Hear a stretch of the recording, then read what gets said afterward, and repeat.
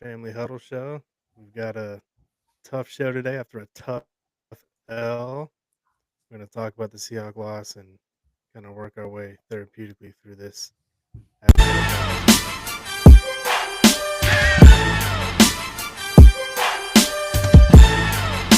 F the Seahawks.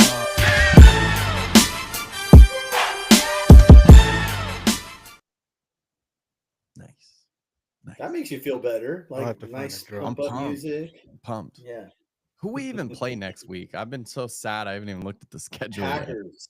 Oh God. Packers in Green Bay. All right. I don't want to talk about that game yet. I changed my mind. We will talk about that one in a couple days, but today let's do a little review. Um, I've been listening to some people. I've been listening to the players and coaches. Some people are blaming this person or that person, this position, that position. Overall, watching that game, are you guys angry at the offense, the defense? Special teams didn't blow it. They tried. Jordan Mason was close, but overall, they didn't blow it. I've seen people debating offense versus defense, who's to blame for this loss, and of course, in football, it's always more than one person, one player, one group. But where do you guys kind of lay your blame for this L? Steven, I'll let you go first. Hmm. Oh my gosh. If you're making me pick between the offense and defense, I'm gonna say the defense You can put it because wherever you want. well, I feel like it's a whole organizational loss because I feel like there's things you can point to in yesterday's game that show there's coaching issues that popped up. There's the lack of depth from missed drafts or not having picks or whatever. Like so it runs deeper. Um, I feel Totally like agree. I feel like both the offense and the defense share blame.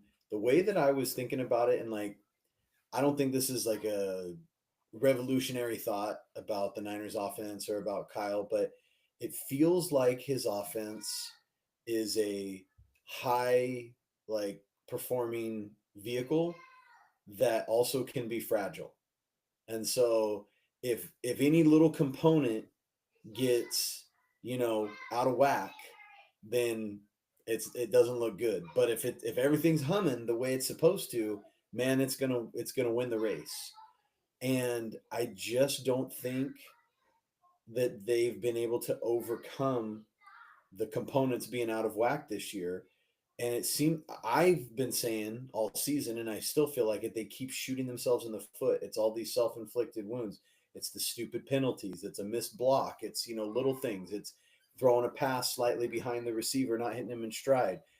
Little things that maybe in the past they could make up for, whether it was because guys were still in their prime. I don't know. So even though I'm starting on the offense and saying that there's definitely blame there, and I feel like they just can't overcome mistakes, I really put the blame on the defense because they had that game and all they had to do was stop them a couple times and they couldn't do it. And whether you want to say that's the players, the coaches, whatever, it's just the defense overall. you know, Nick goes out because he's hurt, and oh my gosh, the whole world falls apart. And it's like, that's just sad. Boy, Like did. it shouldn't be that way. And I was even like, I know it's kind of sacrilegious, but I was even a little disappointed at Fred. Like Yeah. at the end there when Gino makes that one throw and he's like reaching out to get it, and it's like, Fred, you got to make that play. The ball is right there. Like you just snag that, game over, or knock it down. But I just feel like the defense just needed to hold what I think is a decent at best Seahawk offense, and they couldn't do it. And that was, I felt like the last two drives, offense and defense. Sorry, I'm going way longer, right, than I probably should. But the last two drives were just so disheartening because I'm used to the Niners being able to impose their will and Yeah. like be the bullies and be the tough Not this guys. team. Yeah, and the offense couldn't do it. They couldn't execute a 4-minute offense, and then the defense couldn't hold up. And didn't the Seahawks start their drive pretty deep? Like they had to go 80 yards or something like that. Yeah. And it's It was a like, touchback, I think. yeah, so it was just depressing to see like back to back. Like, all right, here comes the offense. Go ice the game. Oh, can't do it. All right, defense, hold strong. You've been doing it all day. Oh, can't do it. And it's so. Anyways, I'm gonna lay more blame on the defense because they literally had it in their hands. All they had to do was stop them. But blame goes all around. And sorry I went so long. Yeah, I That's agree. alright. Couple quick comments on that. Go ahead. Um, do you guys listen to Guy Haberman?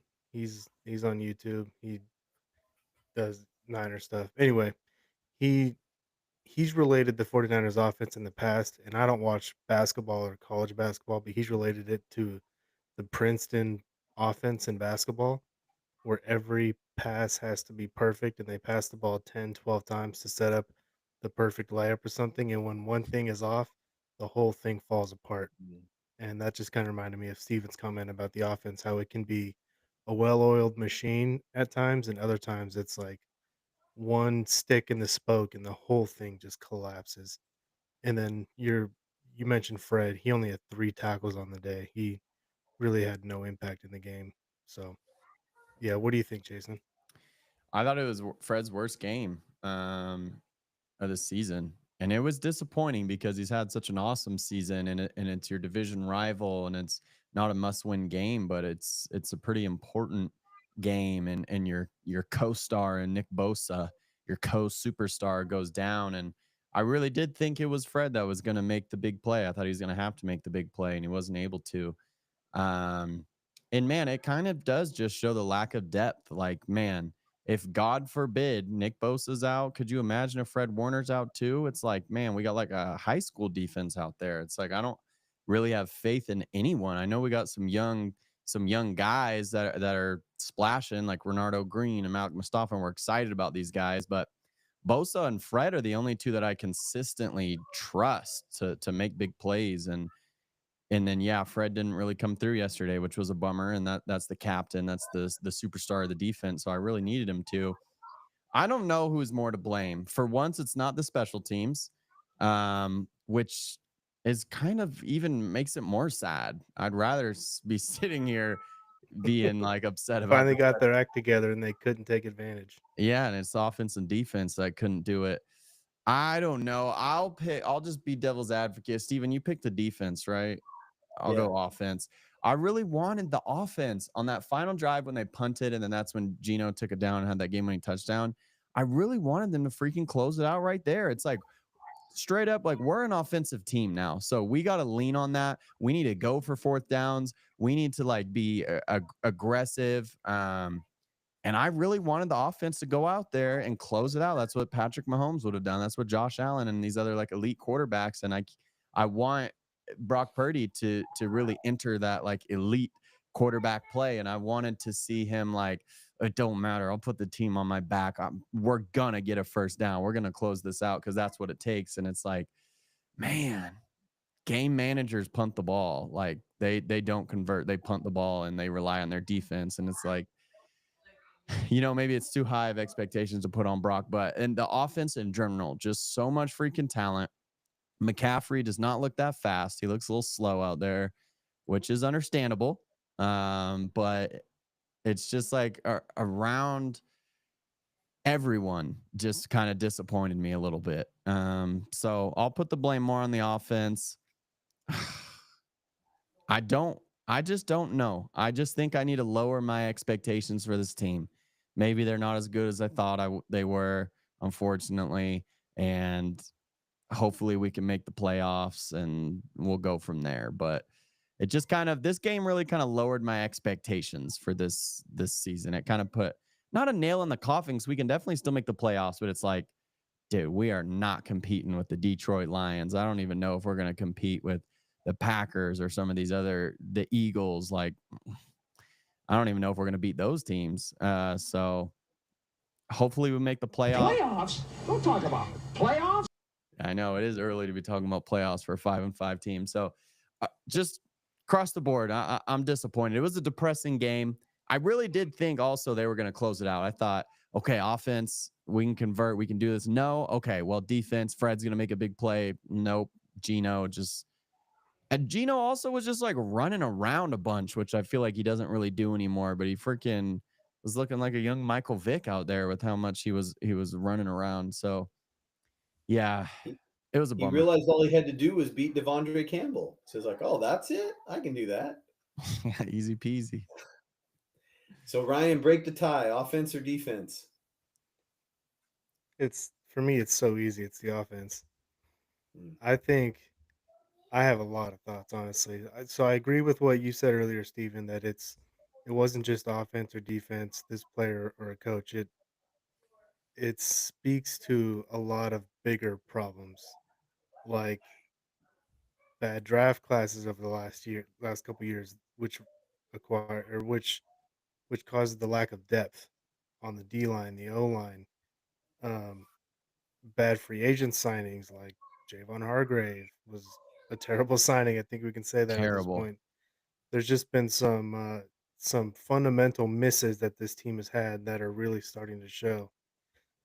Larry Krueger has talked about how the Niners have wasted 7 first-round draft picks since Shanahan and Lynch have gotten here. They've really only hit on 2, Bosa and Ayuk, and Mhm. everyone else has either been a miss or traded away in the Lance trade, and that lack of depth. Even so, you spend 3 first-round picks on Trey. Let's say you miss on 2 of those, but you hit on 1 player. That 1 player could be a big difference maker. It could be a big time center, it could be another sweet defensive tackle, an edge rusher, Yeah. another, who knows? It could be an impact player. But for me, this game was the offense. I thought Purdy was pretty good to start out, but then he had that awful pick, which Yeah. gave 3 points easy to the Seahawks. I don't really put that on the defense. The defense in total only gave up 20 points, 3 of which came off that turnover, and then another 7 on that very last drive when I think they were probably gassed, and they didn't have their at at best second best player on the field. The Seahawks had 2 touchdown drives the whole game, both came with Bosa off the field, which again speaks to what we were just talking about, the lack of depth. There's no one else to fill in. They did nothing at the trade deadline. 94, the new guy, Khalil Davis. I don't even know if he's on the field. If he is, he's not making an impact. They have no depth at edge rushers. I saw a stat that Bosa's playing 86% of the defensive snaps, which is 10% higher than he's ever played in his entire career. So Mhm. it's no shock that he's getting worn out. Same with Leonard Floyd. He's playing about 10% more snaps than he ever has in his entire career at 33 years old. He's going to get worn out too. They have no depth behind him. Gross Matos was okay. He had a sack, but they drafted Beal in the 5th round, has done nothing since being a Niner. And I thought the offense, Kyle's usage again of the backs was bad. Like, why? Mason's averaging 6.5 carries in that game on 2 carries. Yes. Why is he only getting 2 carries? Why isn't Garendo getting the ball? Garendo had his career game against the Seahawks last time they played. And Chasen mentioned it. CMC's got no juice. It's No. just he's not there. And I think if McCaffrey's healthy this upcoming offseason and he's in training camp and he's playing, I think he can get back to his normal self, but right now, he's not there. Mason and Garendo, they got the juice in their legs. They should be running the ball. I said this when McCaffrey came back. He should be a third down back, a red zone back, force the teams into zones or whatever and throw him the ball, check down, whatever. I'm fine with that stuff. But they just pound the ball with him on first and second down, and it just never works. Speaking of no juice, Debo has got no juice in the pass game, in the run game, the reverses.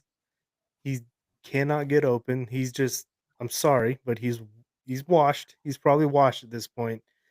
They should have traded him this offseason. They did not take the Bill Belichick method of trading him a year too early. now they're gonna be stuck with him a year too late. They might not even be able to trade him this offseason. He might just be a cap casualty cut like Javon Hargrave.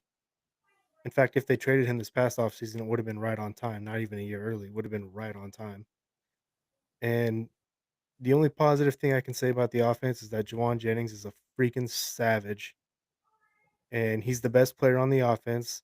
I thought Brock was okay, but the offensive line stunk. I thought Kyle's play calling stunk. His game plan stunk. His usage of the backs stunk. I thought the offense was awful, only scoring 17 points against a below average Seahawks defense. I could go on and on right now. That last drive, when they went, I don't know, they went 3 and out or whatever, they kicked the ball to the Seahawks when they went down and scored the winning touchdown. All they needed was 3 points to at least force the Seahawks to score a touchdown to tie it up. They couldn't do that. They give up the touchdown. The defense is gassed, no Bosa. They give up the touchdown, Seahawks win. I thought the offense was just porous, and the defense gave it their best effort. They played winning ball for the most part, lost Bosa, and gave it up at the end. It's hard for me to blame them when they only gave up 20 points. So to me, it's the offense came up way, way short on Sunday. I think just to defend myself, just to respond about blaming the defense, is because I'm not looking at the Seahawks as a team that should even score 20 on our defense. Like I'm not saying that they stink, but especially when you have a game plan in place that's holding them, you gotta I mean, they were getting beat by basic stuff. It was like the same little routes and then the quarterback scrambling, and it's like, how do you guys not account for that? So I don't disagree with anything you said about the offense, Ryan. But just to know that like I said, it's maybe like Chasen was saying about expectations. I still have the belief that the Niners are this, badass team that, is just going to punch in the mouth and impose their will. And right now, there are very few guys that are actually showing that approach. Jawan is for sure. It's like everybody needs to have what Jawan's having and bring that. You know, um, I was. It's funny. You know who I thought about after the game yesterday? I thought about Dre Greenlaw, and I thought about like how he must be just like itching in his own skin, like thinking like, Foaming at the I'm mouth. watching. Yeah, I'm watching this stuff happen, and I can't do anything about it. And if I was out there, no way. Like if Greenlaw's on the field, Gino doesn't score on that last run. I firmly believe that. I So, firmly believe that the Niners win if either Kittle or Mooney play. And I know that mm, there's not a definitive play you can point to and be like, that's the play that Mooney would have made, or that's what. But I just know that those players, I know, like Mooney's better than Yadam or Yadam, whatever, even though he's not playing Oh his yeah. best ball. I think that he would have had a couple pass deflections, maybe a pick, whatever. He would have played better. And Kittle would have picked up some extra third downs, maybe converted in the red zone and able to turn a field goal into a touchdown, something like that. He would have kept the chains moving on a couple drives that those would have been the difference makers. So, like, that's also what's frustrating is I feel like not having Kittle, especially, but even Mooney. Because if it's Mooney, Demo, and Renardo out there, I feel pretty darn good about that trio. But it's like when you get Yadam out there, I mean, the Seahawks have good receivers. And if you don't have your three trusted guys, that's tough. And yeah, not having the best tight end in the league, our best player on offense, it's a tie between him and Jawan. It's like, golly, I feel very confident we would have won the game with George Kittle out there. And I think we would have won if we had Mooney out there. So that's another part that's frustrating too. That's a fully healthy, as far as I know, for the most part, fully healthy Seahawk team. And it's just like, golly. So yeah. Yeah, I agree. If Kittle plays, they probably win that game. Mooney certainly would have helped. He's shut down DK in the past. DK had a good game, but wasn't super impactful. It was Jackson Smith and Jigba who was converting a lot of third downs. I think he had 10 catches in that game. Yeah. But yeah, Kittle would have been a game changer because I think Brock completed like 21 passes or something, and it felt like 70 or 75% of them were either to McCaffrey or Jawan, and he just had no other options. And I was Pearsall was watching a a little goat. bit of an all 20. Yeah, I was watching a little bit of an all 22 breakdown, and Saubert, Kittle's backup, he's a journeyman player. You can't expect too much, but he was routinely missing blocks that Kittle is gonna make. So that would have affected the run game certainly. I will say one criticism that I will levy at the defense was, or I'll send it to the coordinator Nick Sorensen, because once Bosa goes out, he made no adjustment. There wasn't a game plan adjustment. He didn't move guys around. He didn't the the announcers called it out. There was one blitz. So even they were like, "Hey, they blitzed. Look at that. What the hell?" Yeah. That was it. And I don't even remember if it even got home. It probably didn't. But, to Kyle's credit, when he doesn't have McCaffrey or Debo, he will make the adjustments and call plays in a different way. Sorensen just kept running the same stuff out there, pretending that next man up was gonna fill the void of Nick being gone, and it just didn't. And that was frustrating to me that the defense just had no adjustment once Nick went out. So I want to say something in response to your point about Debo, because I know I've been the Debo defender, and I'm still not ready to give up on him, but he does look different. Like there's just no denying it, right? Like it's just crazy. Like it almost seems just stark. Like, oh my gosh, this is Debo, the guy who like bounces off of three people before he goes down, or the guy who somehow magically outruns somebody in a short area or whatever. Like where would he get that acceleration? Mhm. I kind of wonder though, because I was thinking about this. It almost seems to be a pattern with Debo, where it's like every other year is good, and I don't know if it's like he gets comfortable. I don't know if it's just some weird coincidence, but like I just sort of wonder if he had a good year last year and didn't work as hard this off season. I don't know, Did more he have comfortable. a did he have a good year last year though? I think he He was a didn't even lot get more 1,000 effective. yards.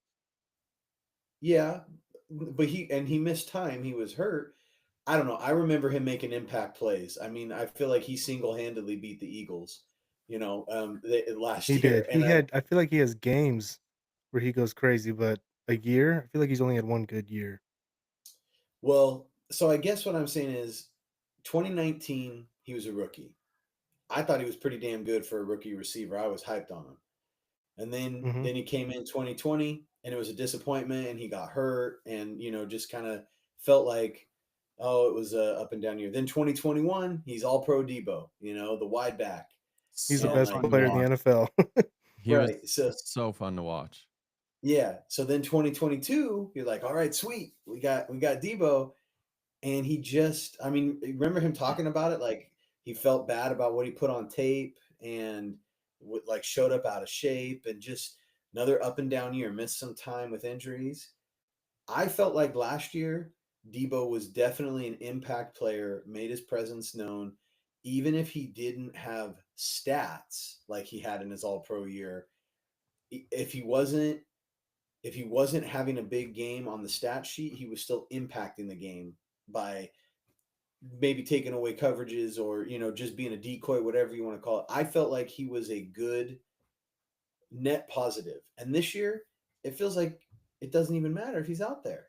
Like it just maybe defenses are figuring him out finally, but I just wonder if it's how much of it is him, how much of it is like his off-season preparation, how much of it is father time.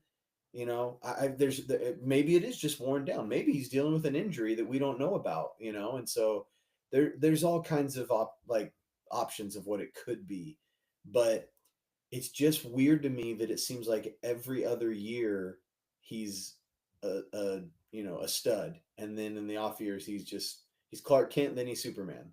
And maybe it's not quite that drastic, but um You get my point. And so I don't know if this is going to fuel him, having a down year, and he's actually going to be able to come back, or if he truly is washed. It's the hard thing to know because everybody always talks about how he's a running back playing wide receiver, and on the running back age curve, it's not too good for where he's at. Yeah, he's at the drop off age of a running back, and he does even when he is a wide receiver, when he gets the ball in his hand, he turns into a running back. I think that's what's made him so special. But he's just not that same guy. He doesn't scare any defenses anymore. He doesn't break tackles. That Brock had a play in the game where he checked the ball. They were in the red zone, and he got the ball to Debo at the 5 yard line, and Debo kind of spun around, looking to break some tackles, and just went down.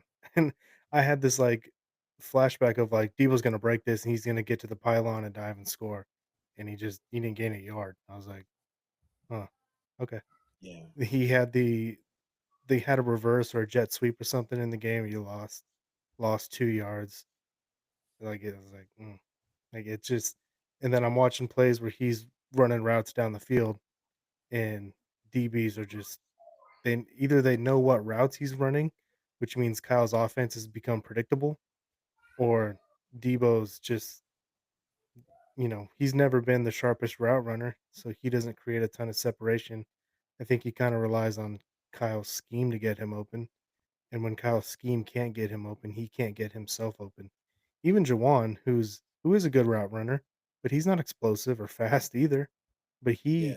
can make contested catches, and that's kind of what sets him apart. And Debo uh, can't. I don't know if he just doesn't have that skill set or doesn't have the body type. Um, check this out. This is from Larry Kruger. The 49ers have a serious speed separation problem. Through week 11, the 49ers currently have the worst average target separation in the NFL, 3 yards. You see him Wow. right there with at the top, or I guess which would be the bottom. Niners, Giants, Bengals, Colts, Jaguars, Panthers. My cat is definitely going to step on my keyboard. Please go somewhere else, please. um, and then yeah, among those 6 teams, only the Niners and the Bengals have positive EPA, and they also have the 3rd worst yards after the catch in the NFL. So this is saying that the Niners wide receivers across the board are just not getting any separation. Either I don't wanna say they're bad route runners, because I know Ayuk's a good route runner. I think Ricky Pearsall, they drafted him because they believe he's a good route runner, but Ayuk hasn't been on the field recently, and Ricky only recently got on the field. But George is excellent, but he's slowed down a little bit.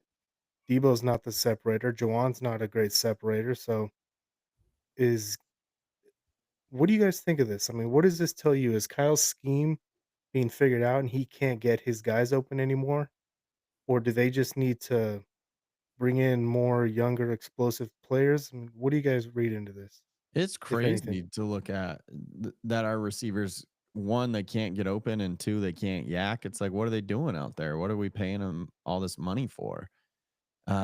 We have three receivers. I'm going to count injured Ayuk that are making a lot of freaking money. And they always talk about all these weapons. And it's like, holy guacamole, third worst yak and the worst average target separation. It's just crazy. I mean, I don't know what to make of it. I don't know if I mean, the Niners offense has changed. Like, it's like we're chucking the ball down the field more, although that's kind of slowed down recently, but we're no longer like this dink and dunk over the middle, which is kind of where Debo and like Jimmy Garoppolo made their heyday. So, man, I don't know, Steven. What do you think? What does this tell you? I think it's a lot of little things that are adding up to one big thing. So like we've talked about multiple times, guys are getting a little bit older, a little bit slower, so that hurts. I do think Ryan's right that the league is catching on to Kyle's scheme. I mean, if nothing else, just the amount of guys that have been with Kyle that have now spread across the league and the impact they can have by coaching up their defenses on how to stop what they've learned. But I do think that the the league has figured it out a little bit more, and so Kyle needs to get back in the lab, and figure out another counterpunch. Um, I think also Brock and his style of playing quarterback is feeding into that. I don't have any stats or anything scientific to point to, but I do feel like he holds the ball a tick too long, and that might allow guys to close on a receiver that was otherwise open and might be able to get more yak. Um, and I mean, how many times have we seen like the over the middle throws where he does throw it a little bit behind him? You hit him in stride, you they're going to be one more separated because they're still running full speed instead of slowing down and have to catch it, and two, have a head of steam when they get the ball in their hands and keep going. So I'm not saying, oh, Brock is bad, because I do really like that he attacks the ball downfield, and I think that adds an element that we sorely miss. And I would have Brock over Jimmy any day of the week. So don't misconstrue anything that I'm trying to say. But he is not a perfect quarterback. He does have some things that are flaws, and he's a young guy and he's still got to learn. And so yeah, I just think it's like you hold it for a half beat longer, that affects, I mean, you guys know, that affects the whole play. And so I do think it's just a combination of a bunch of little things that is adding up to one big thing, and it's all come crashing down this year. And it looks like, oh my gosh, the Niners fell off. And they probably didn't fall off. There's just been some changes around the margins, but you change here, you change there, you change here, all these little pieces, and it has a big impact, in my opinion. I actually think he's holding the Yeah. ball a tick long, which I agree with. I know I've noticed that, and the ball will get there right as the DB's colliding, or the DB had that time to close and they deflected it. But there's also a lot of times where like they'll show when Brock had to scramble, whether he ran it or scrambled and threw it. There's nobody freaking open. When you look at like Yeah. the camera angle down or whatever, Mhm. it's like, yeah, no wonder he's holding the ball. There's no one open, and it's like either check it down, or even if the check down's covered up, then he's got to scramble, especially if it's third down. He wants to make a play. So it's like, yeah, I've noticed him do that, but also guys just aren't freaking getting open and there's no one to throw to, it seems like. Yeah. I think that speaks to the scheme thing, right? Like guys Yeah. know the rules. They know Yep. what to do. Um, but Ryan, you Yeah. look like you were about to say something. Well, I was just thinking about Kyle and Grant Cohn's interaction on Friday when Kyle kind of, I don't want to say he belittled him, but he kind of laughed at his question and he was saying, like, the answers are in the play. Brock's just got to execute the play. But Mm, to Jason's point, guys are covered downfield. Brock's holding the ball. He's scrambling all over the place. It doesn't feel like the answers are always there. mm. So I can't imagine the answer to some of these plays as well. Just if read one and two or three aren't open, just figure it out, Brock. Like that can't. I doubt that's Kyle's plan. So there's clearly something that's not working. I don't know what it is, but something's not working. Yeah. Um, while I'm sort of not dunking, but criticizing Kyle. This was from Josh Dubow, who has all sorts of stats. What? 125 coaches have had 40 plus regular season games decided by 7 points or fewer. Niners coach Kyle Shanahan has a 396 winning percentage in those games and ranks 118th. So just not a good game The manager. Niners cannot win close games. And Yeah. I mean, Yeah, it's it's well, not look a at fair. this last year. season problem. It's It's fair. it's a Yeah. career. Yeah. It's not a So good I think I don't start. that know. I think that speaks to the point that I was making earlier about just being like a precision machine. Like if you require that machine to build you a big lead. And if it doesn't, crap, what do we do? And yeah, it is frustrating. It is frustrating to see that and to know that like they aren't a close game team. I mean, I didn't know it was that bad, but it you see it, you feel it when you watch them, and it's been that way for a while. it feels like Kyle's um really stubborn. Like it's kind of my way or the highway. And his way has worked a lot. He's had a ton of success doing his way. He watched his dad win 2 Super Bowls as a head coach doing his way and won another one as a coordinator for the Niners, so he knows that that way works. But there's something missing to his offense, to his ability to adapt to what modern day defenses are doing. To Steven's point, it feels like a third of the NFL, if not more, is running some variation of this scheme. So all these teams are seeing it in their divisions, whether it's NFC or AFC, they have all this practice going against it. And if they really want to find the best guys at it, they probably study the 49ers more than anybody. So it just feels like the league has adapted to him and he hasn't quite figured out how to adapt back. I feel like this has happened a couple times. He's kind of got figured out, but then he does something like he puts Debo at running back, and all of a sudden the league's like, "What the hell is this?" And Debo Yeah. goes crazy. Then they start to catch on, and then he brings in Christian McCaffrey, and then the offense goes crazy again for like a year and a half. But now they're starting to catch back up again. But the question is, what is he going to do now to try and adjust back? And can he do that this season? I think the time to do that would have been over the bye, but it doesn't really look like they got anything figured out. So,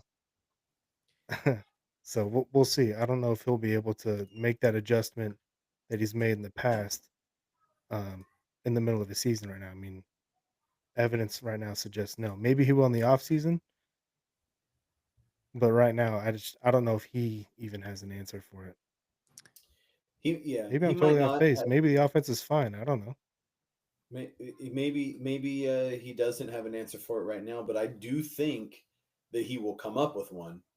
I still think that he knows his stuff and that he is that smart that he'll figure it out. The problem is, even when you give him the credit for figuring things out and adapting over time, the common thread is what you just showed. That they still can't win close games and they blow leads. So how do you stop that? Because you got to figure that part out too. Yeah, I don't know. John Lynch is talked all off season and during the season about how they want finishers and they need finishers. And I want so badly to ask him, "Hey, John, is your head coach a finisher?"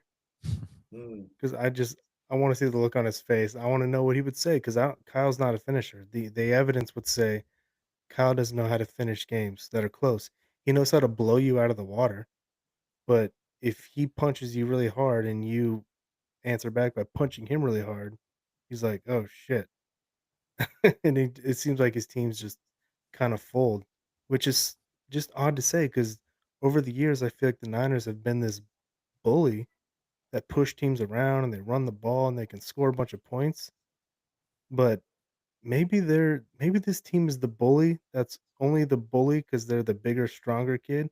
And as soon as someone bows up to them and punches them back, they just like, ooh, I don't like that. And you know what they are? We just saw I don't know if you guys watched Mike Tyson fight the other night. That was mhm. kind of a More sad Mike showing. Tyson out But there. Mike Tyson in his prime would terrify people and he would win fights before the fight would even start because he was just a terrifying menace. And when he got in the ring with you, he would destroy you inside a round or two. But the second someone started taking his punches and taking him into the later rounds, he didn't know what to do and he'd get his ass kicked and he would get knocked out. And it feels like that's kinda what the Niners are, like, they're Mike Tyson, and if they can get up on you, they'll blow the doors off you, but the second you push back, they they just do not respond well, especially as the team is getting older. Yeah, we're definitely not the bully anymore. I was talking about this with Eric that we're straight up a finesse team at this point, offensively and defensively.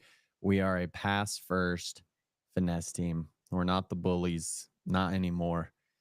We still have some bullies on our team, I think, um, like Jawan Jennings and George Kittle and Fred Warner. Shout out But Jawan Jennings. yeah, Yeah. shout out Jawan Jennings. It's just fewer and far between than in the past. And it's really it's so sad in a lot of different ways. Like there two things that are really frustrating me are one, why is our D line full of a bunch of scrubs when, first of all, we invest so much like resource wise into them, and we have one of the best defensive line coaches in the league. I think we can all agree. What's up, Ryan? Go ahead. Oh, no, Or keep going. But when you're done, I have a theory on why our defensive line stinks. Just We've a already bunch. talked about it actually, but keep going. Just gosh, it's a bunch of scrubs outside of Nick Bosa. And I mean, I know it's one thing for me to sit at home and call these grown men that are giant freaks of nature scrubs. I've never freaking played tackle football a day in my life, but I just mean like, man, outside of Nick Bosa, just ain't no one consistently generating pressure. And then two, it's like we need to invest in our offensive line, most importantly for the run game. That will improve our offense so much if we can freaking bust dudes up on our O line, push dudes around like we used to be able to, open up lanes for Jordan Mason and Christian McCaffrey, and it will make Brock's life so much easier. It'll make Kyle's life so much easier if we have 2nd and 3 instead of 2nd and 8 consistently. It's like Kyle used to be a run first. That's what he was known for. Like early on in his Niner career, he was a run first coach. And now we're such a pass first finesse team. And it's just like, it's, it's just not a winning formula currently. Um, so it's like, we got to figure something out on our lines. It's like, we've got some pretty good, darn good DBs. We got some pretty darn good weapons, I think. It's like, man, our line, and I feel like that's why we're no longer bullies. It's because our lines are getting pushed around, both on offense and on defense. And so it's like we got to figure that ish out in order to, I think, get back to like a dominant team and a balanced team. But go ahead. What were you going to say? Well, I totally agree with you. The lines have just fallen apart slowly over the years. Now, Kyle, since he's been the Niners coach, has not invested a ton in the offensive line. Yeah. Mike McGlinchey was the ninth pick. He inherited Joe Staley and they traded for Trent Williams and they signed Weston Richburg, who unfortunately had a career-ending injury. And outside that, it's just kind of been journeyman. Alex Okay, Mack. they did draft a second round pick, Aaron Banks. Yeah, Alex back, but he was kind of past his prime and a cheaper player. Yeah. But for a coach who likes to run the ball as much as Kyle does, why wouldn't you invest in premier offensive line like Jim Harbaugh, who just takes over for the Chargers and immediately spends the fifth overall pick on a tackle? And they're just pushing guys. They already have a good left tackle. They're just pushing guys around. They went and signed a center, like, and they're just running the hell out of the ball. Why doesn't Kyle do that? Second thing, Jason, you mentioned we're a finesse team, and we have kind of turned into that. But it's hard to be a finesse team when you don't have team speed, Yeah. which we also don't really have, Yeah. especially with Ayuk injured. It's not like he's a super burner. Pearsall's fast, but he's not a super burner. Debo's lost a step. Kittle's not the same guy. Like they don't have um who's the wide receiver the Chiefs just drafted that or Xavier like Worthy. DK Metcalf. Like they don't have like yeah, they don't have those kind of guys. So you can't even really be the stretch the field finesse team because they don't have the personnel for it. Could be And then the cowing if they defensive line. let him play. I Yeah, that's a honestly, good point. Like, I don't know that go the ahead. Niners are set up to take advantage of that guy though, because how many times have they tried to find that guy and it doesn't really work out. Like they got Marquise Goodwin. He's supposed to be a speedster. He had a few nice games, Wow. but overall he didn't do anything. Drafted Danny Gray. Like I just feel like you can say that it's the players and they're missing, but at the same time, like isn't Ray McLeod like doing better where he's at now Yes. than what he was doing with the Yeah. Niners? So Yeah. I just wonder if the offense, as much as you want to have speed everywhere, is not really set up to utilize those speed guys. Because tell me one effective burner that we've had in the entire time that Shanahan's been there. I can't think of one, but I Well, just feel like the way they're trying to set up their offense with throwing the ball downfield way more and being a pass first team. It's like those are the types of guys that I think would do well. And it's like with our personnel, we're trying to play like a different kind of Yeah, like offense. I feel like isn't fitting. yeah, like it's an identity crisis. Yeah. So I got a couple thoughts on that. Like Marquise Goodwin probably didn't work out. Probably not because of Marquise Goodwin or Kyle's offense, but because of who was throwing him the ball. Jimmy Garoppolo, Sure, who's not a sure. downfield thrower. Danny Gray didn't work out because he's probably just not a great thrower, but or a good player. But in the preseason, and they drafted, I think, Danny Gray for Trey Lance. Trey Lance hit him in stride deep down the sideline for a touchdown his rookie season. So, and Trey Lance didn't work out, so that could have been a quarterback problem. Brock has, in my opinion, has shown to be a pretty accurate deep ball thrower. And so I Mhm. wonder if now they finally have the quarterback that can hit those guys. And so if you put Cowing, didn't Brock just hit Cowing for a big play a couple weeks ago, although Yep. he did Down the underthrown right and sideline. Cowing had to go to the ground and wasn't able to score. Yeah, that's right.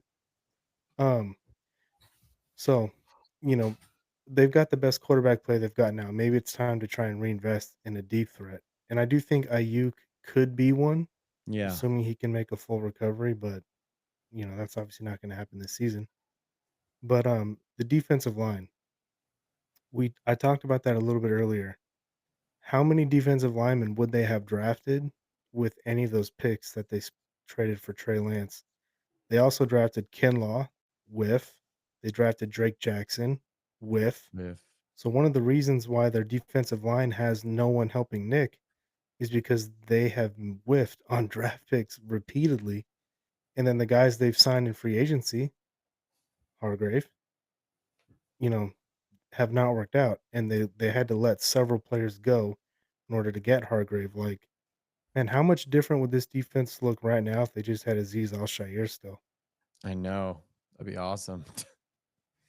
Yeah, he's a beast. And he's a Texan now. He's playing right now on Monday night. But if he was probably a casualty of the Javon Hargrave contract. Um, so one of the reasons why the defensive line stinks outside of Bosa and why they're forced to go get guys like Hargrave and Leonard Floyd is because they cannot hit on draft picks at that position. They haven't hit on one since Bosa. I mean, who's the best defensive lineman they've drafted outside Nick Bosa? You can't give him credit for Buckner or Armstead because they didn't draft those guys. Who's the best defensive lineman they've drafted not named Nick Bosa? They signed D Ford, who kind of worked out, but ultimately didn't work out. They I'm love gonna to invest see. in the D line, but they I have haven't no hit on idea. anybody. My answer would be DJ Jones, but I honestly don't know if they drafted him. But that's the first guy that comes to Sixth, mind. they did. They did. They drafted him in the sixth round, so they certainly deserve credit for that one. I like Got Givens. four or not I four just good think years out of him. yeah, I just don't think Givens He is was like a undrafted star level actually. player. But I like Givens. I do think that they've got some guys that have done well. It's just they're not they're not big time players or you know difference makers. Role players. Yeah, like Givens, who's a solid backup depth piece, who unfortunately has been injured a lot of this season, so Yeah. he hasn't really he hasn't been on the field very Sam much. O kind of has fallen off a little bit. Haven't heard from him since his kind of breakout game a few weeks ago. Think he's been Yeah, getting moved around that's what too. their defensive line is right now. It's just a bunch of journeymen. Yeah. Yeah. No, you're right. The investments that they have tried to make haven't really panned out, and the journeymen that they've tried to plug holes with have been what they're supposed to be. Journeymen that are serviceable Journeyman. and make some good plays and then disappear for stretches of the game, you know? And it's like you can't blame them for that. That's who they are. Yeah. Yep, you're right. Um, now I let's take a look at this. I saw this, the team's playoff chances going forward. Man, 27%. I think I Crazy. Or saw that if the Niners had beaten the Seahawks, it would have been they would have been maybe a 60% chance, and losing, they've dropped now down to sub 30. yeah, And yeah, look at the Seahawks still down there at 14. big loss. What are we 1-3 in our Um, division? yeah, 1-3 in the division, 1-4, I think, in the conference. See, the problem is even if the Niners get to 10-7, which would kind of be a miracle at this point, they're still not going to get in because they're going to lose tiebreakers because they Yeah. they have a bad division record, they have a bad conference record. They're I mean, they pretty much have in to win fact, out. Honestly, I mean, if you want to secure a playoff spot, you pretty much have to win out. Maybe you can afford one more loss, but that's probably what those odds are reflecting. mhm. Unless the Um, Cardinals I lose was a gonna bunch of pull up games. Yeah, so that's the other yeah, crazy I mean, thing. Despite all this, they're one game back. Now I know it's more than one game back because of tiebreakers, Tiebreaker. but in terms of like the win loss in the division, they are one game back from being tied for the division lead. It's just nuts. Oh, stupid I Seahawks. did So a little editing to the schedule here. I hate to say I told you so, but remember what I said? Like I I know you totally did. was You did. I was I was totally worried about that game, and I totally saw it as a trap game. And I know we're going to talk about the Packers later.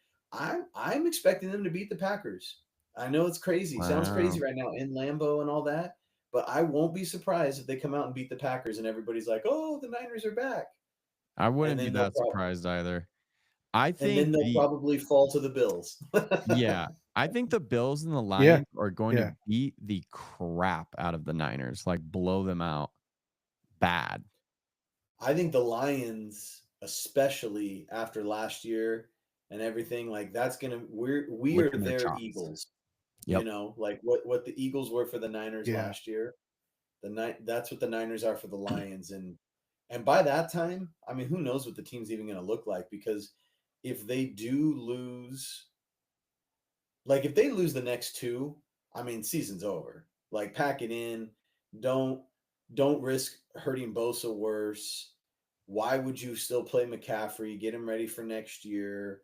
Even Trent, Do if not he's dinged play up. Dre Greenlaw. Yeah, why would you bring Dre Greenlaw back unless it's just to get him like some spot play to see if he, can get some rhythm back. But even then, so yeah, if they lose these next two, it's kind of like let's call it a season and start making plans for next year. But I I mean maybe I shouldn't be that dramatic, but that's what it feels like to me. Um I just Yeah. I just don't know. It's like I think you're right that the Lions are just gonna completely want to destroy them, and if the Niners are a compromised version, like if all those guys are shut down, then it's gonna be ugly because they're still gonna be motivated. It's like the motivated Lions maybe trying to lock up a one seed on prime In time prime time, yeah. against somebody that they really want to beat, and the Niners might be like their B team. Like I just I feel bad for Might be the C team.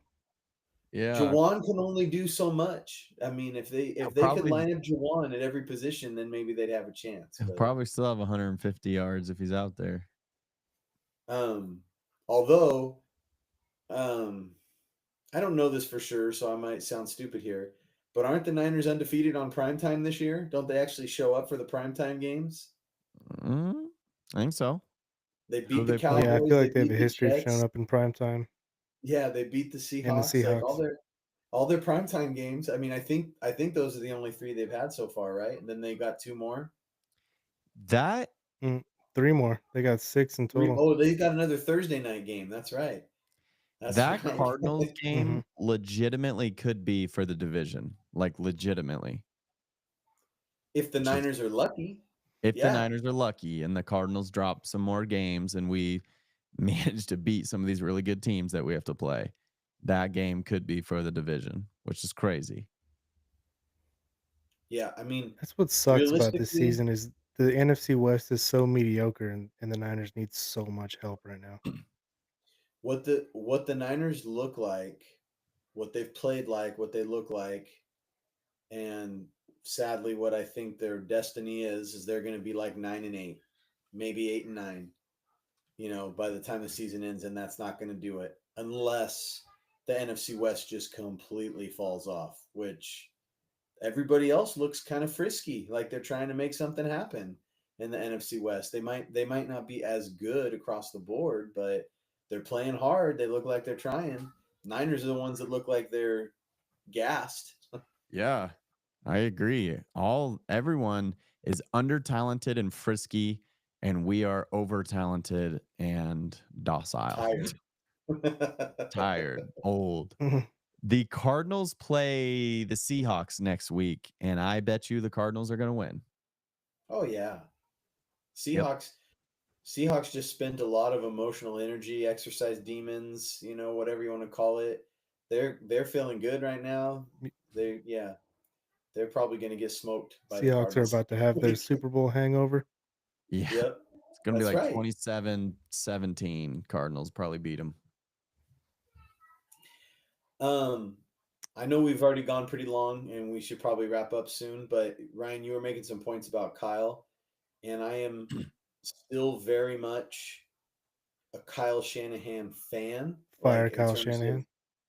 huh? No, I'm still glad to have Kyle Shanahan as the coach, but this game that we just saw, for whatever reason, has definitely made me like question things more. Not so much for like all the popular reasons that you hear, like the stuff about, you know, blowing leads, or, people catching onto a scheme, or all that stuff. What I'm kind of more worried about is just the way the team has looked. And it makes me wonder, Culture. are they just not buying what he's selling anymore? And so that's kind of what this game made me feel like, oh man, like it sucks to feel that way. Now they could they could wow us all and surprise us at this point, and turn it around, and turn back into that team we all love and want, and then that thought goes away. And I do think that there's more to it than that. I do think that it's because they have such a veteran team, because they've made so many deep runs with heartbreaking results, that the psychology of things and the physical wear and tear, like I think there's a lot of reasons, but those reasons, you should still be able to overcome those reasons. And that's the part that's got me wondering, like, if it just feels like we are the bridesmaid team. We are, like, if the guys, whether or not they'd ever admit that, if that's just what they are, and like they kind of know deep down, because they've had a lot of success and they've got a lot of accolades, and everybody regards them as one of the best teams. It's like the best team to not win a Super Bowl, which is, sad to say, right? But like that's kind of what it feels like, and it's almost like that becomes your reality and you become okay with it. And I'm not saying, like, Fred Warner would punch me in the face, like, for saying that he's okay with not winning the Super Bowl, right? Like, I know that. I'm not questioning that. I'm just saying that it's something that you can't see or even put your finger on. But at some point, I think it does happen where you almost just sort of expect it, that, oh, shoot, we're going to blow this lead. Oh, shoot, we're not going to win it all, or whatever. And that's kind of what I really started thinking about and questioning. I don't want to fire Kyle. I'm not on the fire Kyle bandwagon. Like I said earlier in this session, I do think that he can still come up with the next thing. Like you pointed out, Ryan, like he's done in the past. And I do think he'll have a next move if given the opportunity. But this is probably the most concerned that I've been since he's been the coach, coming off of yesterday's game, because of what we've seen also in earlier this season. Like, it's a combination, but I almost felt like for me it was the tipping point of, oh man, it's time to start really questioning this and thinking about things, and they need to take some steps. So, still pro Kyle, just to be clear, still pro Kyle, still want him, but more cracks in the armor for me than I've ever seen or I've ever felt since he's been around. What about you, Chase? Where are you at with Kyle?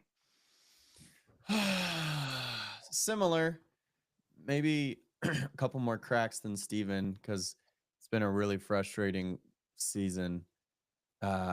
Which is it's funny because they don't even have a losing record, but they should just be so much better. It's I feel like the most frustrating season since Kyle's been a coach. Is that too far to say? I mean, because when we've lost in the past, we've like expected it, right?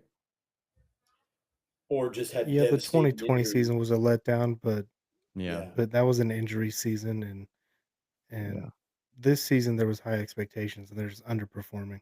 yeah. So it's like it's really tough. It's really tough because I do give this regime. So I'll kind of loop in Kyle and John in there a ton of credit for pretty quickly turning around a really bad team, a really low talent team, and making them consistent contenders and sending us to the Super Bowl twice and almost winning both times, if not for maybe the greatest quarterback of all time or one of the greatest when it's all said and done in Patrick Mahomes. So it's like, man, I give them so much credit or I have to give them so much credit for really building an amazing roster and making the Niners contenders. And it's been so much fun to watch this team. I agree with Steven that I do think Kyle will be able to zig. Like he's clearly teams are onto his stuff and he's going to have to go back to the drawing board a little bit, but I think he's shown the ability to, so I think he will be able to zag away from the zig or zig away from the zag and figure out kind of what's coming next. So I do still have confidence in him. Um I'm not on the fire Kyle bandwagon, although you might think that when I'm in the middle of one of these frustrating games and I want to reach through my TV and punch him myself when he gives Christian the ball up the middle for the freaking third time in a row or whatever. But no, I don't want to fire Kyle. Um, I hope we don't. I hope we keep both John and Kyle around, and they go back to the drawing board and try to figure our ish out next season. I'm still somewhat hopeful we can sneak our way into the playoffs. Obviously, that's what I really want to happen. I don't want to wrap it up and try and get a decent draft pick. That wouldn't be very fun for the rest of the season. It would be stupid to send the Cardinals to the playoffs in the NFC West. But yeah, the most cracks I'd say for some of the reasons Steven commented, and that just this team just doesn't seem to fight like they used to. And it's like that's gotta be like a culture thing. But I think that he can right the ship. It might not be this season. Maybe not even next season, although I do hope he can figure some stuff out over the offseason and we can be at least competitive, making the playoffs next season. So I still have confidence. I still give them a ton of credit for what they have built. Obviously, a lot of that talent's now aged, and we've got to figure out what's next. But I think they'll be able to zig and figure it out. Um, but I do have maybe the most doubts I've had since Kyle's been here. Yeah, I'm not firing Kyle Shanahan yet either, even though he frustrates the hell out of me sometimes. And I think he's earned the enough, credit or whatever to have a down year and try and bounce back. Although if he misses the playoffs again next year, sayonara.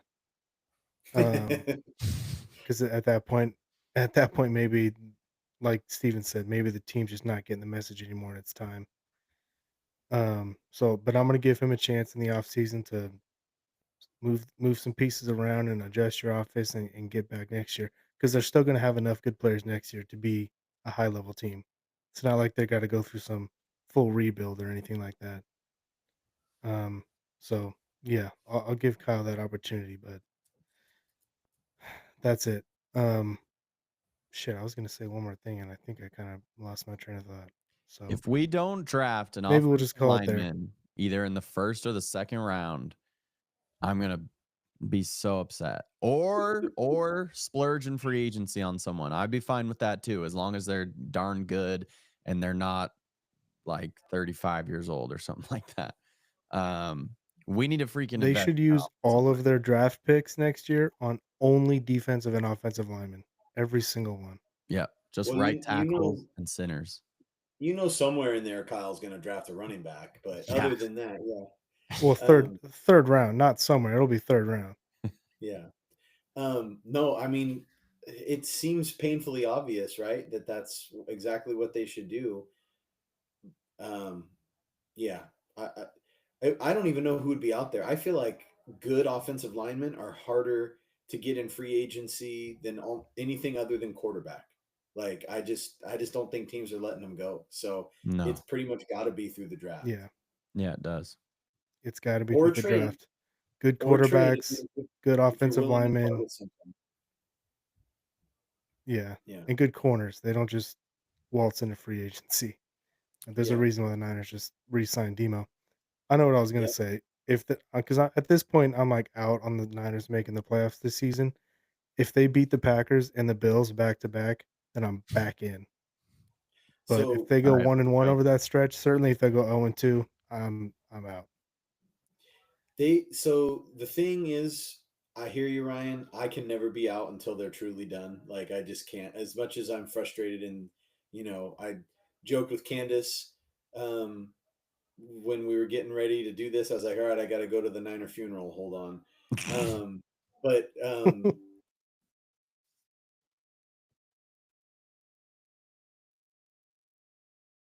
Did Steve did Steven Did you freeze? freeze?